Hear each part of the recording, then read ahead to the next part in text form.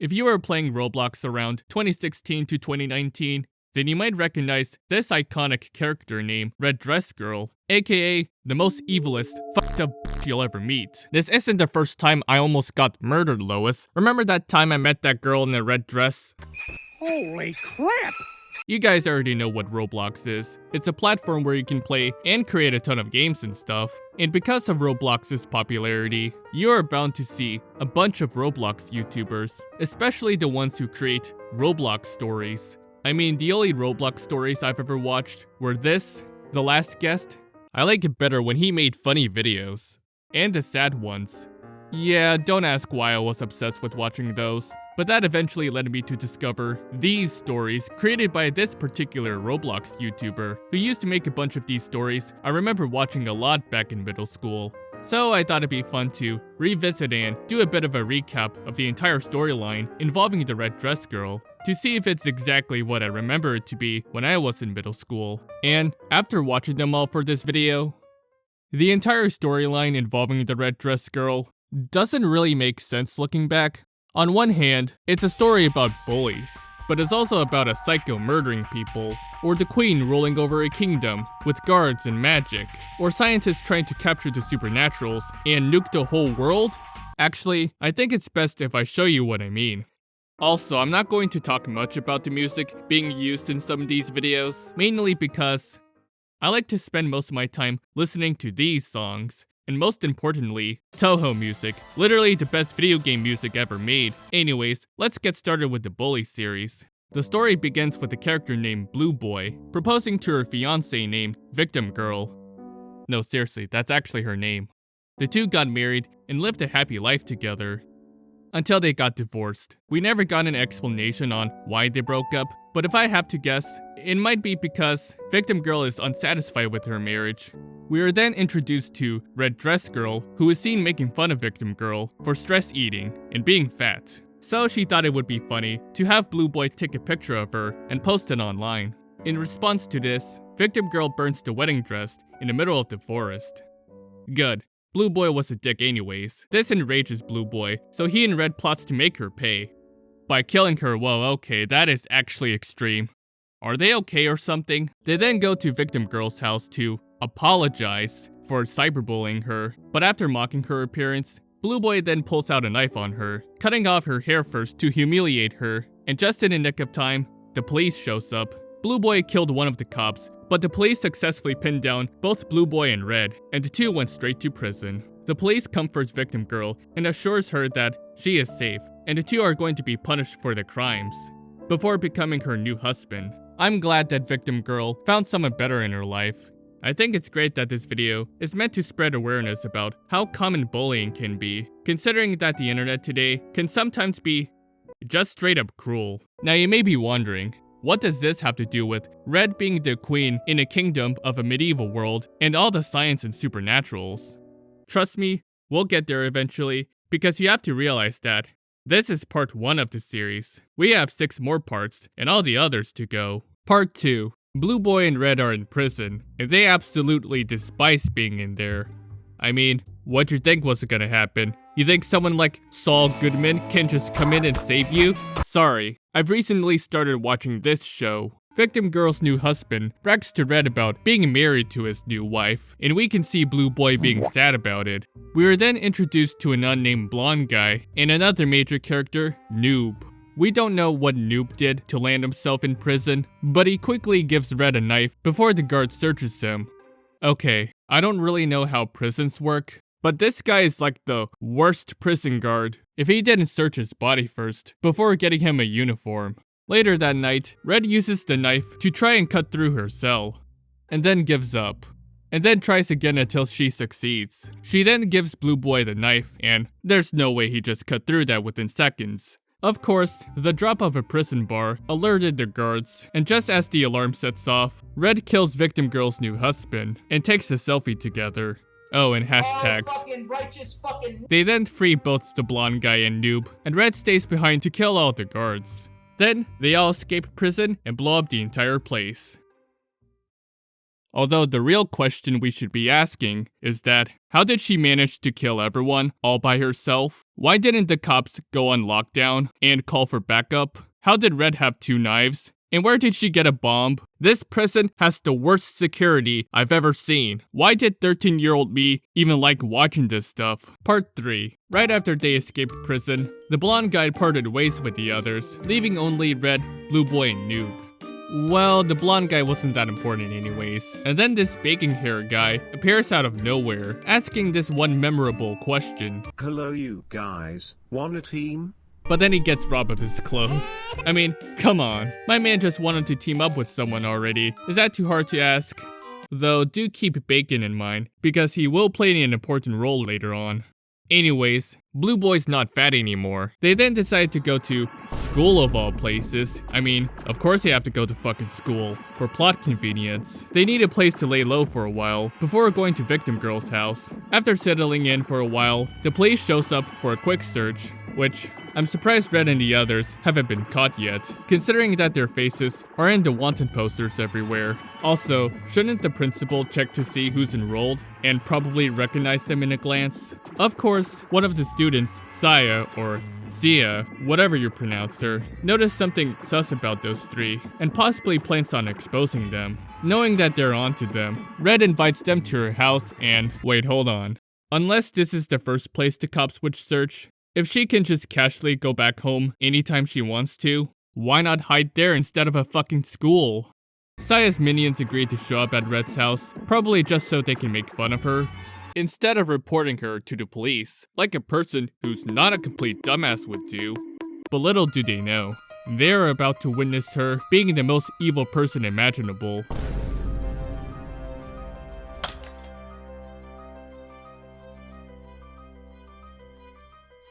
Love this dialogue right here. And then Red electrocutes Saya. This comes to show that you should never fuck with her. The fact that her house smells like dead bodies truly shows what kind of person she is. Honestly, at this point, the characters aren't even bullies themselves. They're just straight up criminals. We should instead call this series Criminal or Murderer. Whatever relates to that. Part 4. Things are going very smoothly, and I don't know why they're still going to school when there are no cops searching for them at the moment. We are then introduced to these characters named Lavender and Crybaby. It seems like Blue Boy doesn't love Red anymore, and Lavender has a crush on him, so she uses this opportunity to get with Blue Boy, and he decides to cheat on Red with Lavender. Wait, hold on a minute. Isn't Lavender a high schooler? You're dating a 17-year-old? Apparently a 23-year-old dating a high schooler is frowned upon by society. Yeah, this is actually worse than cheating. Watching this now as an adult. Is anyone else seeing the issue here? Probably just a misstep, but Kavra, what the fuck were you cooking over there? Upon Noob seeing this, he tells Red that Blue Boy is cheating on her, devastating her, to which Noob comforts her. In response to this, Red invites Lavender to her house and poisons her with green tea. Also random thought, but Lavender kinda reminds me of Knife's Chow. Red and Noob then picks up Blue Boy to finally be on their way to Victim Girl's house. Right after making a detour. Part 5. This one's really short, and it's only uploaded on this channel, so that's probably why the quality is not on par with the rest. The only thing that happens in part 5 is that Red decides to kill Blue Boy, reads him a bedtime story, and then kills the witness. That's pretty much it. I don't like Blue Boy, nor do I care about him, to be honest. There's nothing likable about the guy, and I am not going to miss him one bit. I only care about Bacon though. Part 6. Victim Girl is enjoying her time eating some snacks when Crybaby comes to her house to warn her about Red.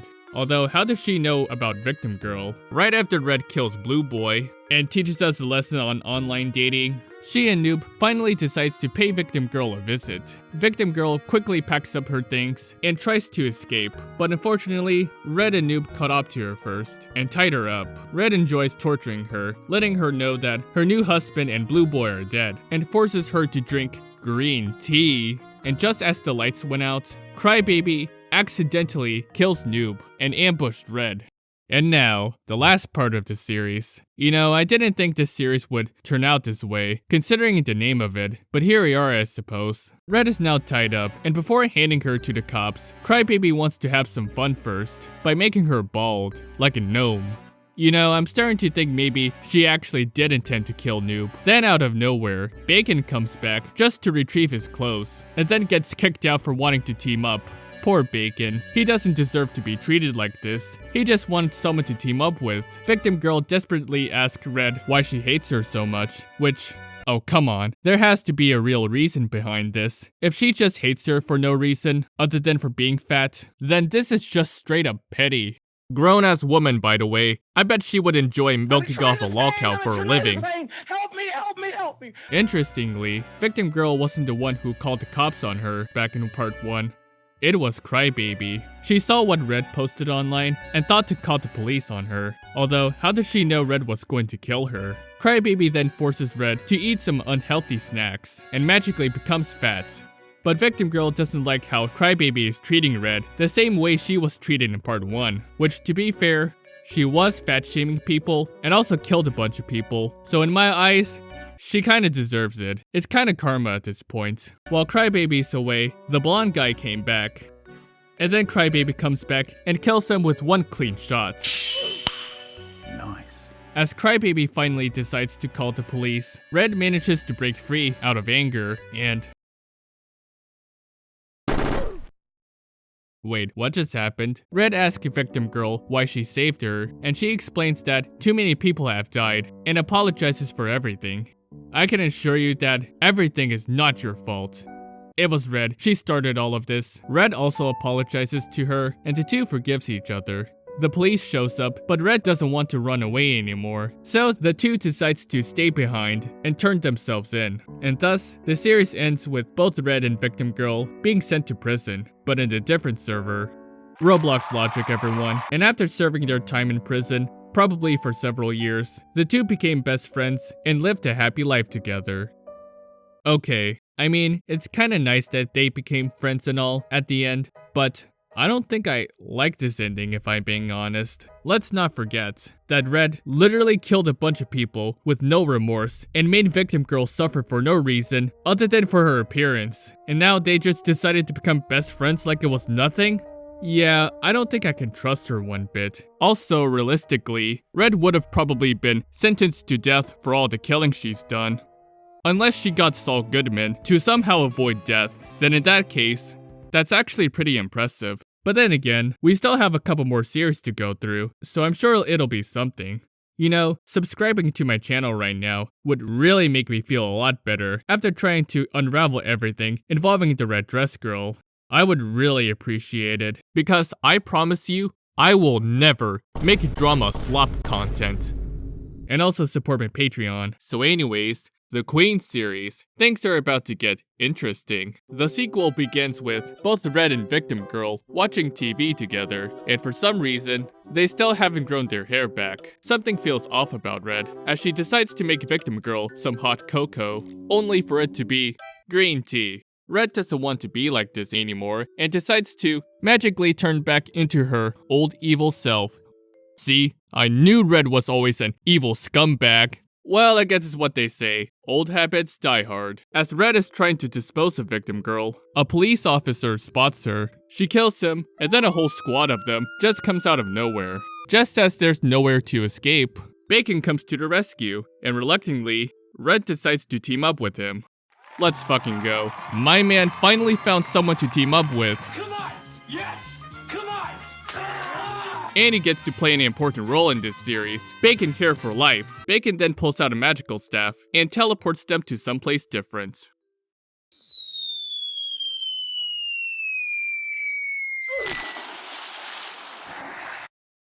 As it turns out, they got isekai to a different world. One that involves guards, kingdoms, and unfortunately no dragons, and wizards. Technically, Bacon's the only wizard here. They then get spotted by the guards, and with no hesitation, Red has been captured, while Bacon goes into hiding.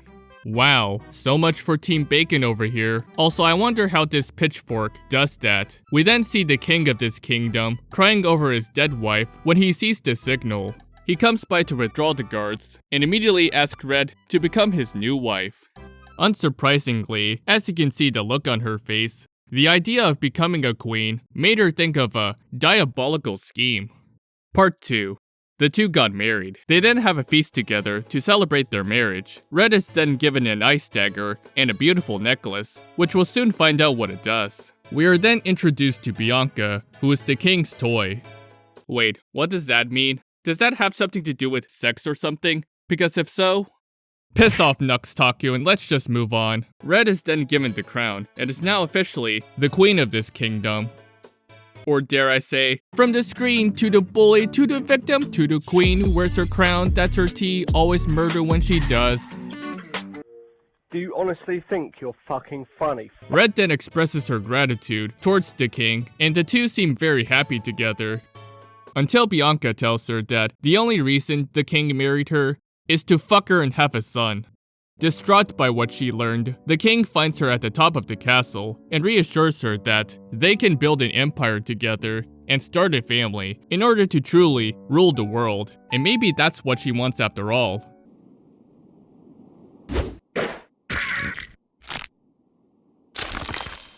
So, she kills him. Although realistically, the ice would have broken into pieces, or maybe the ice dagger makes the ice unbreakable, or something, I don't know. Red decides that she wants this entire kingdom all to herself. She frames the king's death on Bianca, but instead of killing her, she decides to lock her up for now, which I think kinda shows that she doesn't kill people for no reason. I'm not sure, but I know she does for petty reasons. And now, where did Bacon go during all of this? Oh, there he is, being Bacon as always. Red asks Bacon if he can resurrect the dead, mainly Noob. Bacon complies and creates a respawn point, in hopes of bringing Noob back to life. Hello you guys, wanna team? Part 3. Noob is back. I guess Red really misses him a lot, huh? You know, I'm starting to think that maybe the problem with Red is that she feels like no one loves or respects her, and perhaps this is why she takes out her anger on them, but it seems like the only person who truly cares for her is Noob. And I guess Bacon too, but that's only because he won a team.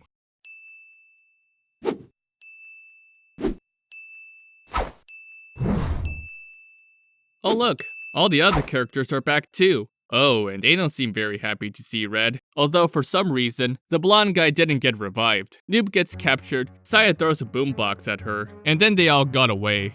Red becomes severely injured, but luckily for her, the necklace has healing powers.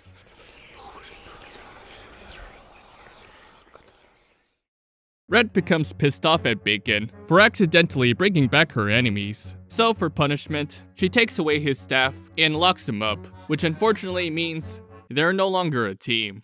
Truly a sad moment for us Bacon fans. Don't be sad, Bacon. I'm sure he had the best intentions. Right afterwards, Red decides to spare Bianca and use her to spy on her enemies. Lavender and the others decides to settle in a small village when Bianca shows herself and lies about being banished to gain their trust. Red is starting to become impatient, so she, along with the guards, destroys the respawn point, and now everyone has to become real gamers again.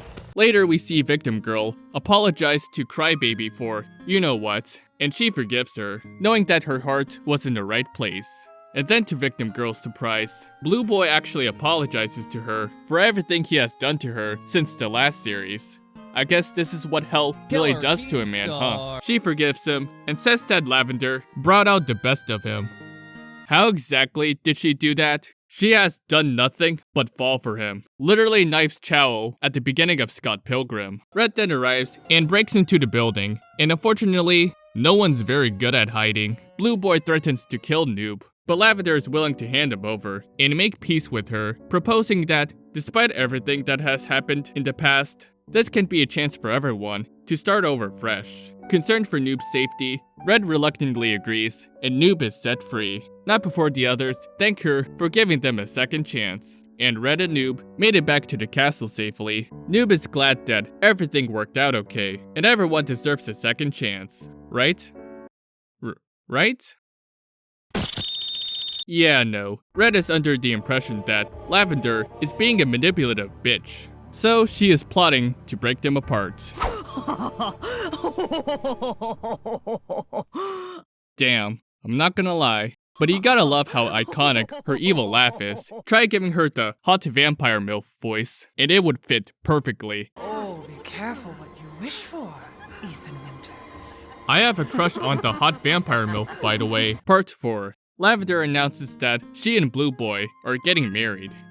I'm sorry, but it just feels weird though. Like, even though both Victim Girl and Red spent their time in prison for probably several years, and Lavender probably became a legal adult by now, chronologically speaking, it just feels weird. These two should not be together! Bianca relays a message to Red about their marriage, and she becomes furious. Blue Boy has doubts about this marriage, but Lavender reassures him that Red won't hurt them. She then asks Bianca to give her a makeover, but considering that Bianca's a spy, I think we all know where this is going. Red receives another message from Bianca and decides to pay her a visit, just in time to finish the job. She reminisces about her time with Blue Boy before messing up the rest of her body in an attempt to sabotage their wedding. Blue Boy comes back to see Lavender in this state and is disgusted by her appearance and runs away, and thus my hatred for Blue Boy still stands. Here's a fun quiz for you guys. What do both Scott Pilgrim and Blue Boy have in common? I trust you guys already commented your answers, so let's just move on. Red brags to Noob about what she did to Lavender. When Blue Boy comes to Red and apologizes to her, I don't know why this grown-ass man is trying to switch teams though. Noob suggests that he should be the king of this kingdom, but unfortunately, there can only be one queen. So, Red decides to make him her toy. Meanwhile, Lavender comes to her friends, devastated about losing Blue Boy. Which, I don't know what to tell you, but I think you're better off finding someone else who will appreciate you for who you are as a person, because Blue Boy is not perfect for you. Be like Knives Chow, who learned to give up on Scott. You know, I guess this episode taught us a very important lesson, that you should never judge someone based on their appearance. Unless it's someone like Old Man Gnome Star. I don't understand, why am I still getting hate? Or the no-chin guy, or a porn addict, or the Minecraft guy. We should judge people based on their actions, in which case, I hate both Blue Boy and Red for their actions. Part 5. Crybaby becomes enraged to learn that it was Red's idea to mess up Lavender's body, so Crybaby vows to kill her. Red is laughing at the fact that Blue Boy is tied up, now regretting his choice to leave Lavender. Crybaby gathers Saya and her minions, ready to kill Red, and you can tell that Saya has been waiting for this exact moment. They devise a plan to lure the guards to their deaths and enter the castle disguised. Noob informs Red that Crybaby is coming to kill her, but is then held captive. To Red, Noob is the only genuine friend she has in her life, and seeing that Red wants him to be happy, she offers to sacrifice herself to save him. But Crybaby insists on killing them both. It's over. Crybaby killed Red.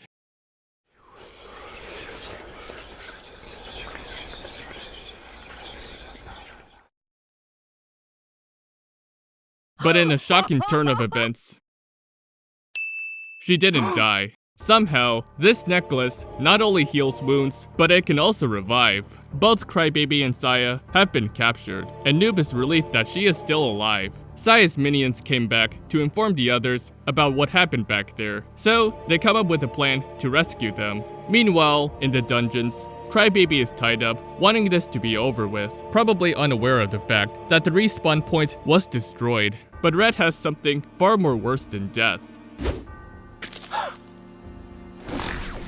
So, she freezes her.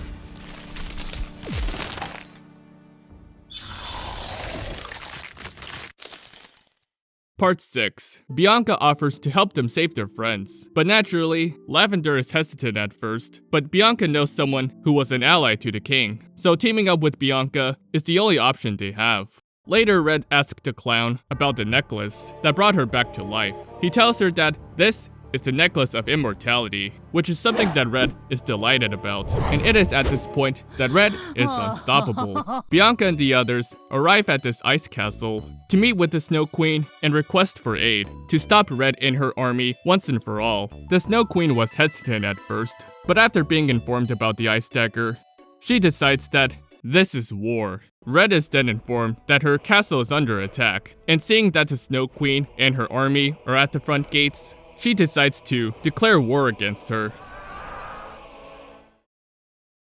Damn it! I wish we could have seen the full battle, because that would have been so epic. From the looks of it, the Snow Queen has lost the battle.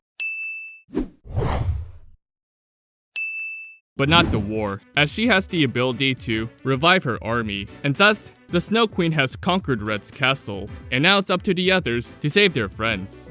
Part 7. Victim Girl and the others went into the dungeons to free their friends. They discover that Crybaby is frozen and tells Lavender to find something that can unfreeze her. Red and the Snow Queen are in the dining halls as she offers her to drink. Yeah, we already know where this is going. While looking for something to unfreeze Crybaby, Lavender finds Blue Boy in the bedroom and unties him. Blue Boy apologizes to Lavender for leaving her when she needed him the most. And then, as it turns out, a true love's kiss is what it takes to turn Lavender back to normal. I'm sorry, but am I the only one who still thinks that these two should not be together? The Snow Queen asks Red if she has the ice dagger, to which she does, and then tries to stab her, but it doesn't work on her. And just in the nick of time, the green tea starts kicking in. Seriously though, why do people keep drinking green tea made by Red of all people? I guess some people just never listen, do they? I think it's probably safe to assume that all green tea are poisonous. As the Snow Queen dies, the snow, her entire army and kingdom, disappears, and Crybaby is finally unfrozen. I guess the Snow Queen was at the thick of it, huh? Just as they're about to escape, Red regains control of the castle and locks them inside. And then surprisingly,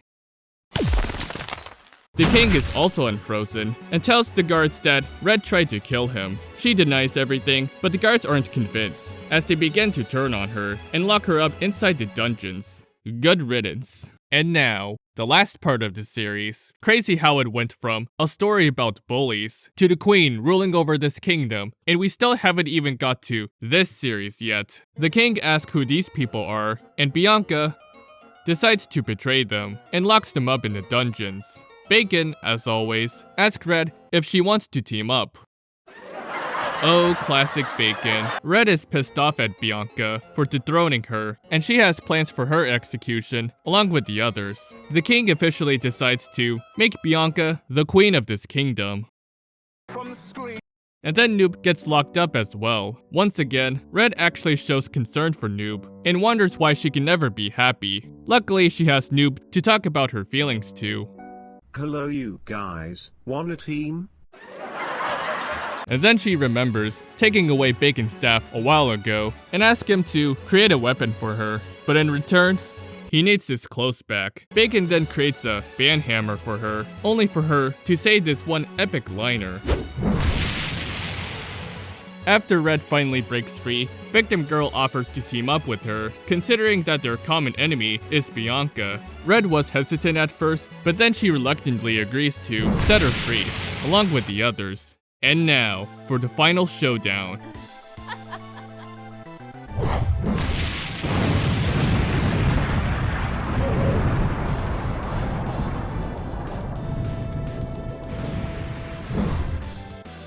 Bianca begs for mercy, but Red kills her without hesitation.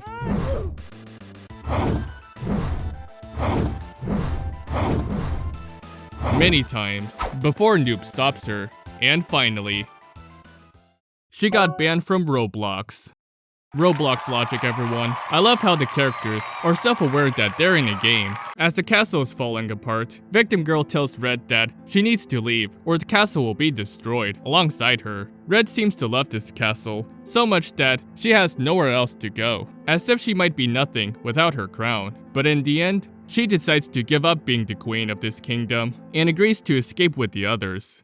Right after everyone escapes, Noob reassures Red that she made the right choice to sacrifice being the queen for the greater good. But something feels really off about Red, as she doesn't know what it feels like to be happy anymore. Noob realizes that the necklace is sucking off her emotions, so he takes off her necklace thinking it would solve the issue.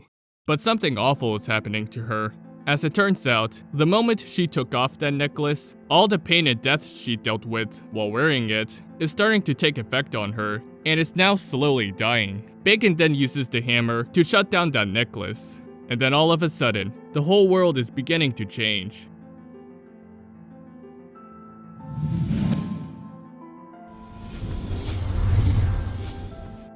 And everyone has been sent back home to where they belong. In the end, all Red needed in her life was Noob, and everyone decides to become friends. Red bid farewell to the others before heading home with Noob. And thus, the series ends with Noob promising Red to never leave her, and the two live a happy life together.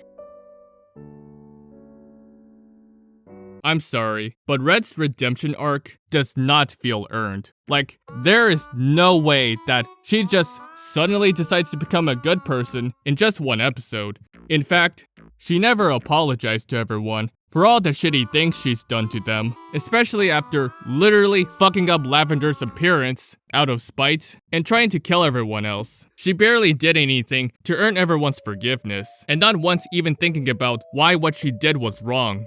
I mean, she kinda did apologize once in the previous series, but here, nope. That. I saw a comment saying how genius the story is. No, it's not. Yes, I know Bianca is kind of a bitch, but I would argue that what Red did was way more heinous than Bianca's. I guess prison wasn't enough to punish her for her misdeeds. This is how I imagine karma would hit her. 裁いてもらうがいいわ。キラヨシカゲ。安心なんてないところよ。少なくとも。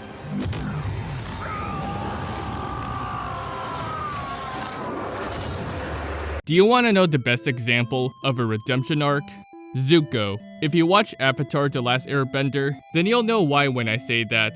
Zuko actually had all the time to grow as a character, going from capturing the Avatar to restore his honor, to becoming best friends with him and fighting alongside him. Maybe an origin story might help us understand why Red is the way she is, because from the looks of it, it seems like she wants to rule over everyone, wants people to acknowledge her as this important person, and love and respect her. But yeah, I don't know why she's like that. And also, why aren't the characters aware of the fact that Blue Boy dated Lavender when she was a high schooler several years ago? Overall, if there's one thing we can truly learn from all of this, it's that Bacon's the best character in the entire storyline, and you cannot tell me otherwise. Interestingly enough, all the other stories all take place in the exact same universe.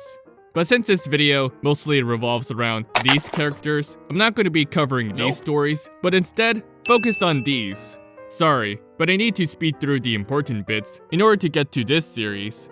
So anyways, in School Tragedy, Bacon comes out of nowhere in this school to save this girl named Meatball. He's enrolled, by the way. Yeah, I don't know why Bacon is attending school, but I'm guessing he's currently on some sort of quest that requires him to be there. I swear, if he ends up like Blue Boy, I will be fucking devastated. He then shows his new friends what his staff can do, like giving Meatball a mirror, and then this mirror finally gives Bacon the ability to speak words, other than wanting to team. Skipping over a few moments, his staff is taken, and as something is going wrong with it, Meatball gets killed trying to save Bacon. Okay, there's no way these bitches just casually brought guns to school. Unless they live in America. Bacon tries to revive Meatball, but unfortunately, his staff isn't working, and he swears that the blonde bitch will get what's coming to her. She did, by the way. And then we have Orphanage, which if you guys didn't know, this is actually the prequel to the Bully series. You'll see why. Please bear with me for a moment, because these two characters will play an important role later on. Anyways, this is Evan and Eliza, two siblings born with supernatural abilities. Not hacks, by the way. They are taken to this orphanage, which is run by an evil nanny. Evan has telekinetic powers, while Eliza can hypnotize anyone with her love manipulation powers to do her bidding. And she can alter people's personalities, like how she changed the evil nanny into a good nanny. We're then introduced to the scientists, who found a way to capture people in a single capsule. One of the orphans calls them over to try and capture both Evan and Eliza, in fear that they might go crazy with their powers. And as the siblings try to fight back, Evan gets shot and Eliza hypnotizes the cops to kill the scientists, only for them to activate the capsule first. The capsule reveals itself to be a staff and successfully captures Eliza. And all there is inside is nothing but her own consciousness. Oh, and there's also Evan and Eliza's older sister, but she's not that important. No wonder Evan doesn't remember her. Decades later, we see Bacon stumble upon the orphanage, and that's how he found the staff. The exact same staff he used throughout the entire storyline. And that's all you need to know. Who would have thought that this whole thing would tie all the way back to the story involving the red dress girl? And finally, it's about time we get to focus on Bacon himself. Crazy how he started out as a gag character to becoming the most important and best character in the entire storyline. And for the moment of spotlight, this is Bacon's adventure. You can tell how happy I am that he is getting the spotlight he deserves. The series begins with Bacon mourning over the death of Meatball, as he promised her that he'll find a way to revive her. Bacon then comes to visit Red's house, where we are introduced to Nubetta, Red and Noob's daughter.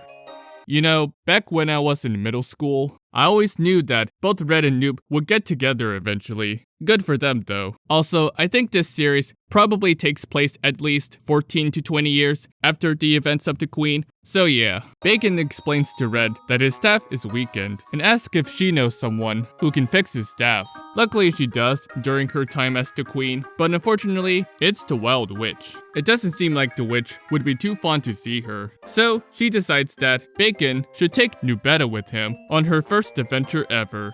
But where is the witch though? Well, as it turns out, when the world was changing in the last series, everything fell through, including the ones who were living in that medieval world at the time. So the witch could in fact be anywhere in this world. And so, Bacon and Nubetta sets out on a journey to fix Bacon's staff. Part 2. As Bacon and Nubetta are trying to find the witch's hut, Bacon tells her a story of how he met Red and the adventures they've been through together.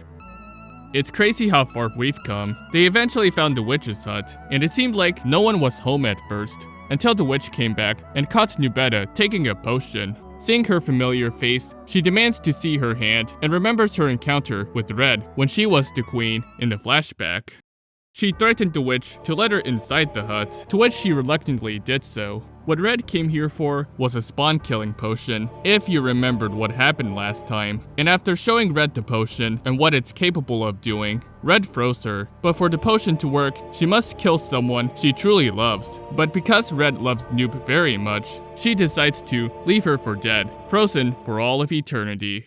Until she killed the Snow Queen. Back to the present day, she mistakes Nubetta for Red and sends her and Bacon into a small cage, cooking up something to get her revenge. Part 3. After creating a potion from the pot, the witch releases the two and is about to use the potion against them. But Bacon insists that they only came here for her assistance. But because the witch is being unreasonable, Bacon uses the staff to push her against the wall, to which she submits and agrees to help. It seems like the witch knows a lot about the staff, and in order to fix it, it requires magic from another world. The necklace. The witch then traps them inside the hut, but Nubetta uses the potion to petrify her, and Bacon busts open the door and the two escapes, on their way to find the necklace. Part 4. The next day, they arrive at this museum, which contains the very same necklace from the last series. But of course, it's sealed. I wonder how that necklace got there though, and who donated that, and how does the curator know about it? They ask the curator if they can take a closer look at it, and then Bacon uses his staff to teleport them outside. Bacon tries to use the necklace to fix his staff, but to no surprise, it doesn't work. As Nubetta tries to apologize, the curator is being controlled by the witch. Unfortunately, that potion Nubetta used against her was temporary. Although Nubetta finally convinces the witch that she is the queen's daughter, the witch stabs Nubetta anyways and lets go of the curator, killing him in the process. Bacon apologizes and blames himself for her death when suddenly the staff begins to glow, and Eliza has been set free. Part 5. Yeah, you can already tell that I was trying to speed through this, because the last two are going to be big ones. It would seem like Eliza was the one who gave the staff its powers. The staff that was used to teleport, create, fight back, and revive. Eliza expresses her gratitude towards Bacon for taking good care of the staff, and although her powers are still restoring, she still has a way to revive Nubeta. As it turns out, she took away the power from the necklace when Bacon used the banhammer on it, and now she plans on giving it back. And so, Eliza successfully revives Nubeta, and now they have to help her kill the scientist that captured her and killed her brother. If you haven't noticed the red beeping, the staff is setting off an alarm to inform the scientist that Eliza was set free. The scientist then teleports to Eliza, and her powers still hasn't fully recovered yet, so she tries to run away, but then gets teleported into a container. The scientists plan to take away some of her powers for their studies. It was never explained what studies though. Meanwhile, Bacon and Nubeta plans to rescue Eliza. After all, it's only fair after she revived her. After the scientists are finished, they then teleport her to someplace very far away. But where to? Well, luckily for her, her powers aren't fully gone yet, so to quickly summarize things, these 4 music videos show us that Eliza has been on a journey teleporting to places to retrieve 4 hearts. We'll find out what she needs them for soon enough. And that's all you need to know. It was never explained where exactly the scientist sent Eliza to, but yeah, that's what she's been doing between parts 5 and 6, and it's probably safe to assume that she must have fully restored her powers by now. And now we're at part 6. We're almost there. Just hang in there a little longer, alright? Good. Nubeta worries about what might happen to Eliza, so she and Bacon went to go rescue her. They later found a cave in the middle of nowhere that is totally not suspicious or anything. They went into the cave and found their way into the lab in order to find Eliza's whereabouts without getting caught. Nubeta decides to kill 2 scientists and take their place. I guess she really is like her mother, huh? Luckily, their disguises work. As Nubeta is snooping around the lab, the vice director stops her for a bit before offering her a tour. It seems like this lab is a place to imprison the supernaturals, to study their abilities. I still don't know what for though. Maybe they need their powers to create a bunch of super soldiers perhaps? I'm not sure though. And then we meet a familiar looking soldier. Nubeta tries to speak to it, but it mistakes her for Red. The scientists found that fascinating and asked Nubeta to speak to it for any information that might be useful. For them at least. Nubeta plans to break the soldier out of here, but ask for a backstory first. And so, we cut to a flashback to the events between parts 3 and 4 of The Queen. A guard named Sir Robin introduces Red to 2 candidates to become the new commander, Poppy and this guy who is being a misogynistic asshole to her, to which Red scolds him for that. You know what? Props to Red for fighting for women's rights. She may be a psychopath, but at least she knows what's up. So, Red chooses Poppy to become the new commander. Poppy is the soldier from the lab, by the way. Later that evening, they are having a ceremony, and Poppy is very grateful for her promotion. As they leave the ceremony, it turns out that they are plotting to kill Red from the inside. Robin is having some doubts at first, but Poppy insists that it needs to be done. Interestingly, Bianca was the reason she became a guard for this kingdom, so before proceeding with their plan, they went to go visit Bianca first in the village. Blue Boy asked them if the queen sent them, but Poppy reassures them that they're only here for Bianca, so he reluctantly agrees to let them proceed. Poppy and Bianca are happy to see each other, and she tells her that they plot to kill Red by poisoning her so that she'll become the queen. What's interesting to note is that most of the guards hate their queen, but are too afraid to fight back. So I guess that explains why they turned on her so quickly. And now, back to the present day. Poppy and Nubeta decides to take a break for a while to check up on Bacon. After apparently a whole week of telling her backstory, Bacon successfully disabled the chip that the scientists planted in Eliza, so she should be able to access the lab easily. Also, Eliza has reached 75%, which is 3 hearts from the music video I mentioned earlier. Alright, break time is over, time to get back to Poppy's backstory. Just as Red is about to end the ceremony, Poppy and Robin are in position to give Red the poison. But unfortunately, Red knows everything, and Robin has been working for her this entire time. In a desperate attempt, Poppy tries to kill Red, but then gets locked up. Red admits to Poppy that she killed the king, and rather than killing her as punishment, Red decides to call in the clown to hypnotize her by eating this apple that he stole from the witch. And after eating the apple, Poppy mutated into something she is today. Poppy wants it to end, of course, but Red decides to leave her be forever. Until she becomes loyal to Red, she will feel pain for all of eternity. Hello you guys, want a team? Oh, silly Bacon. And also, Red already knew about Bianca betraying her, thought it'd be cool to mention it. And now we're actually back to present day. Red never came to her until the world was changing, when she landed in a landfill site where the scientists found her, and that's how she remained in this lab ever since. Nubeta reassures Poppy that she has a plan to help her escape, by waiting until Eliza comes back to the lab after she collects 4 hearts. Which we already know she did, by the way. And now, for the last and true final part of the entire storyline.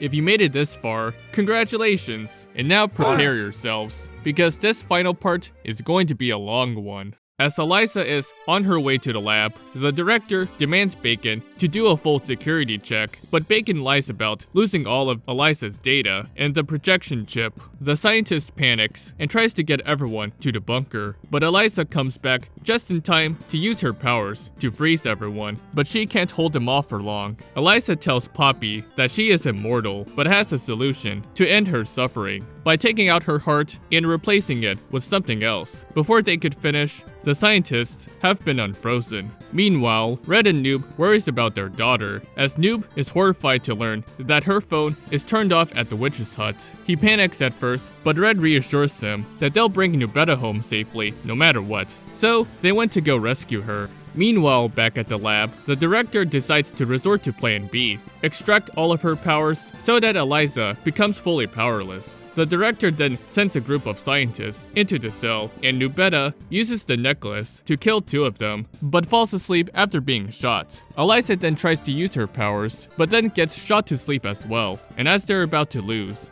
Poppy transformed into Evan. Turns out, Eliza found a way to bring her dead brother back to life, which is what these hearts were for. Evan then uses his powers to push back the scientists, and teleports Eliza and Nubeta to safety. Unfortunately, Bacon gets caught, and the scientist threatens him to tell them everything, or they'll extract his memories. Evan and the others are safe, and the 2 siblings are finally happy to be reunited. Plus, Evan can properly control his powers now. The police then arrives, and Eliza goes to toy with them for a bit, before Evan kills them all.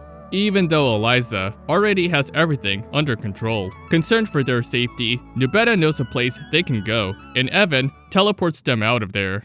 Meanwhile, Red and Noob arrives at the witch's hut, but the witch is not home at the moment. Meanwhile again, Nubeta and the others arrive at Victim Girl's house, where we meet Lavender Boy. I'll let you be the judge of that. And also, Saya and her minions are nowhere to be seen. Crybaby does absolutely nothing, and Victim Girl became bald again for some reason. They're happy to see Nubeta, of course, and she and the others comes into the house to explain the situation. Meanwhile, back at the lab, the director is interrogating Bacon for information about Eliza, but Bacon refuses. The scientists try very hard to find their whereabouts, until the witch appears. They ask her for assistance to locate the others, and she happens to know the right spell. Meanwhile, back in Victim Girl's house, Nubeta just finished explaining the situation. As they're figuring out what their next move is, the witch gives the scientists the potion that would help them track their location. And just as the witch returns home, Red and Noob have been waiting for her, and Noob calls her ugly. Like a Minecraft YouTuber, Red demands to know where Nubeta is, to which she responds that she killed her. She then gets petrified before showing them where Nubeta is located. The witch is surprised to learn that Nubeta is still alive, and so Red places a bomb onto her hand, and Red and Noob make their quick escape.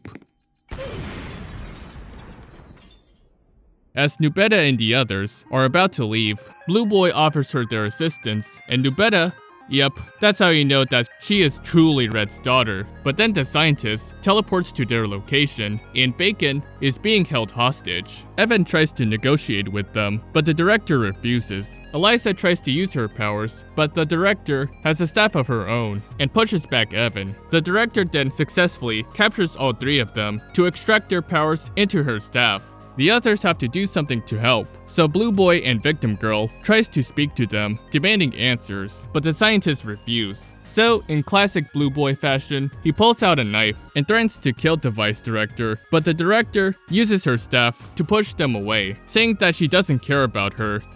Based, Red and Noob arrives just in time to see Nubetta in the container. The scientist just finished extracting all of her powers and plans on wiping out their memories, or maybe kill them. It is at this point that the scientists are unstoppable, and just as Red proclaims that she is the queen, Evan transforms into Poppy and breaks free to grab the staff. More on that later. The director tries to get her staff back, but Poppy uses it to conveniently push her onto the stove, and Red turns on the stove to burn her alive. I guess you could say that this bitch is truly cooked. The blonde scientist becomes scared and teleports away, and then Poppy kills all the remaining cops.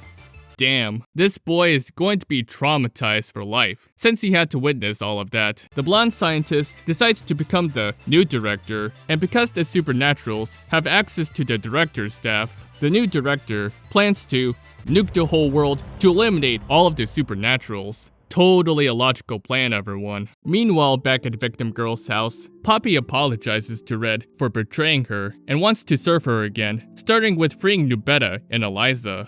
Although it would have been better if Red actually apologized to her for making her suffer from eternal pain. But it's whatever. Then Poppy turns back into Evan. Evan and Eliza test their powers to see if it's fully gone, but luckily they didn't. However, a much bigger problem they have in hand is that they suspect that the scientists will send reinforcements, but luckily, Evan has an idea. As the scientists are ready to launch the nuke, Evan and Eliza hold on to the staff together and use their powers to erase everyone's memories, including all the characters from all the stories in this exact same universe. And thus, the scientists forget what they were planning to do with the nuke, so they discard it. And then, they plan on releasing the Supernaturals because they forgot what they needed them for, which, don't worry, we don't know either.